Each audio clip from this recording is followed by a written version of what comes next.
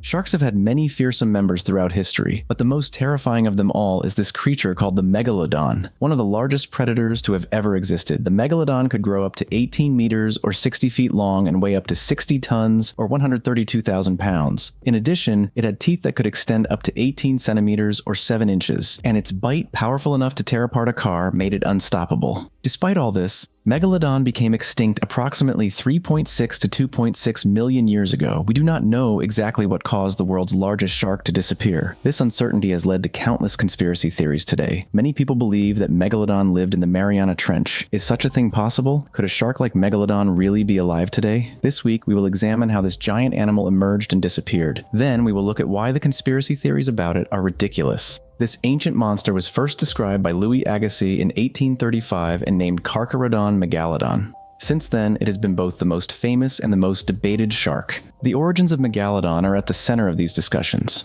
Because the Megalodon teeth found are very similar to those of today's great white sharks, for many years it was thought that these two species were close relatives. This led to Megalodons being classified under the white shark group, namely as a Carcharodon. However, when Megalodon teeth were carefully examined in later years, it was discovered that these teeth were slightly different from the great whites. For example, Megalodon's teeth were much thicker than great whites and resembled a wide letter D. In addition, the notches on the teeth were much smaller and much more regular. However, there was a dark area called burlette between the root and the tooth tip of Megalodon teeth. These features in Megalodon's teeth are rarely seen in the largest great white teeth found, and the part called burlette was not present at all. For this reason, Megalodons were removed from the Carcharodon sharks and were classified as the Otodus genus. Scientists have very good reasons for this classification change, because Megalodons are more similar to sharks in this genus in both teeth and size. Sharks of the Otodus genus, which appeared about 40 to 60 million years ago, are known as megatooth sharks. For example, one of them, Otodus obliquus, grew to a length of about 10 meters or 33 feet, weighed 15 tons or 33,000 pounds, and developed teeth measuring 10 centimeters or 4 inches. One of the oldest giant sharks on Earth, Otodus obliquus, was probably the true ancestor of Megalodon. In other words, Megalodon began to evolve from these creatures approximately 28 to 20 million years ago. Since Megalodon had a much different size and family tree,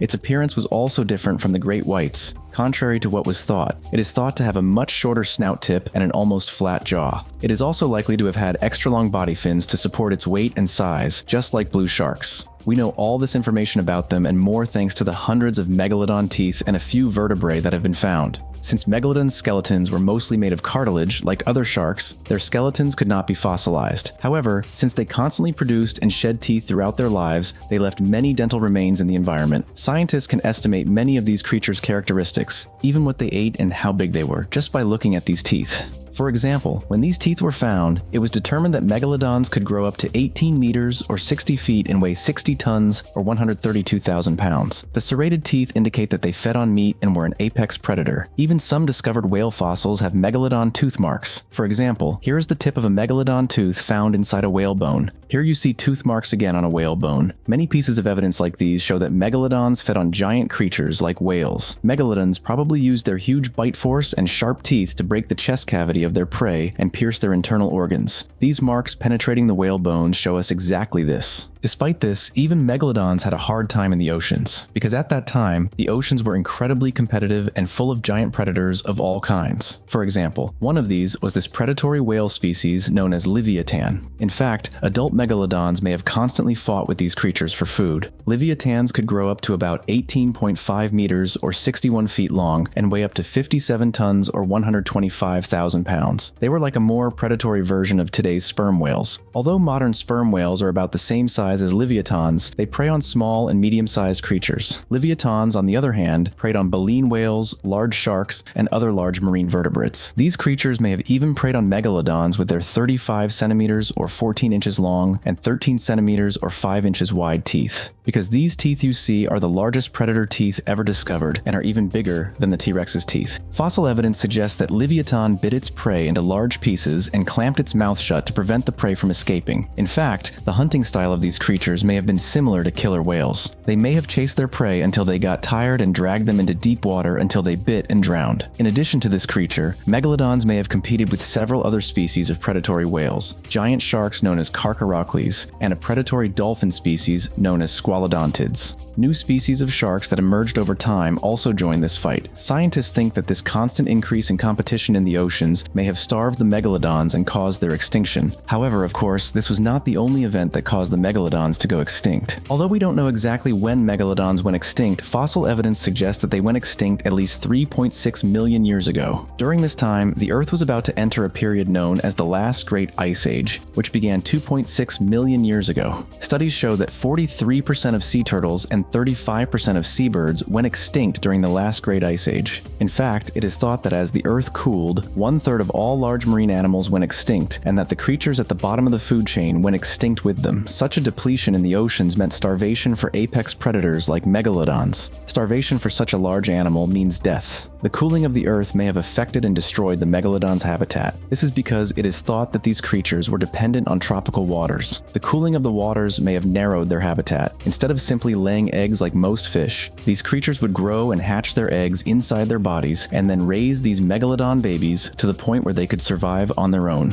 They would then give birth to these babies in tropical areas close to shore. The babies born in these shallow waters would be protected from predators like Livyatan that lurked in the open seas, and the shallow waters would provide them with shelter. However, as the ice formed in the poles lowered sea levels, the megalodon's birthplaces may have disappeared, leaving these babies alone with their predators. There is a high probability that megalodons became extinct due to this, and the other reasons I have listed. Today, scientists know for sure that megalodons are extinct and do not roam the world's oceans. So why do people think megalodons are alive? Couldn't megalodons be alive even if there is a low probability? The reason people think this way is the documentary Megalodon Lives made by Discovery Channel and the many conspiracy theories that emerged after this documentary. In this documentary, a lot of fake evidence was put forward and actors posing as scientists made official statements. Even fake images were used and Megalodon was shown as if it were really alive. For example, the documentary team that took footage from World War II had edited it and added an image of a megalodon in the background. However, it was soon understood that this type of information in the documentary was fake and the Discovery Channel apologized for it. But this false information continued to spread. It also led to the production of many conspiracy theories. Some of these claim that a megalodon tooth found by the HMS Challenger in 1873 was between 24,000 and 11,000 years old, and they said that these creatures were still alive. However, a study conducted in 1998 discovered that there was a dating error in this megalodon tooth because manganese dioxide was found on the tooth, and this substance preserved the tooth very well, so its age was calculated incorrectly.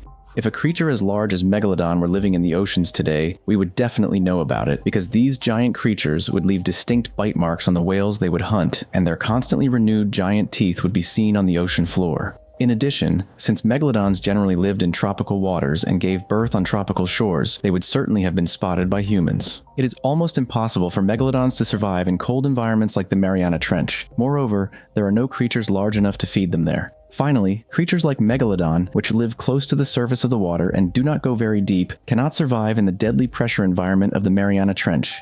I would be happy if you could share your thoughts about the video in the comments. You can also check out my channel and subscribe for more. Goodbye.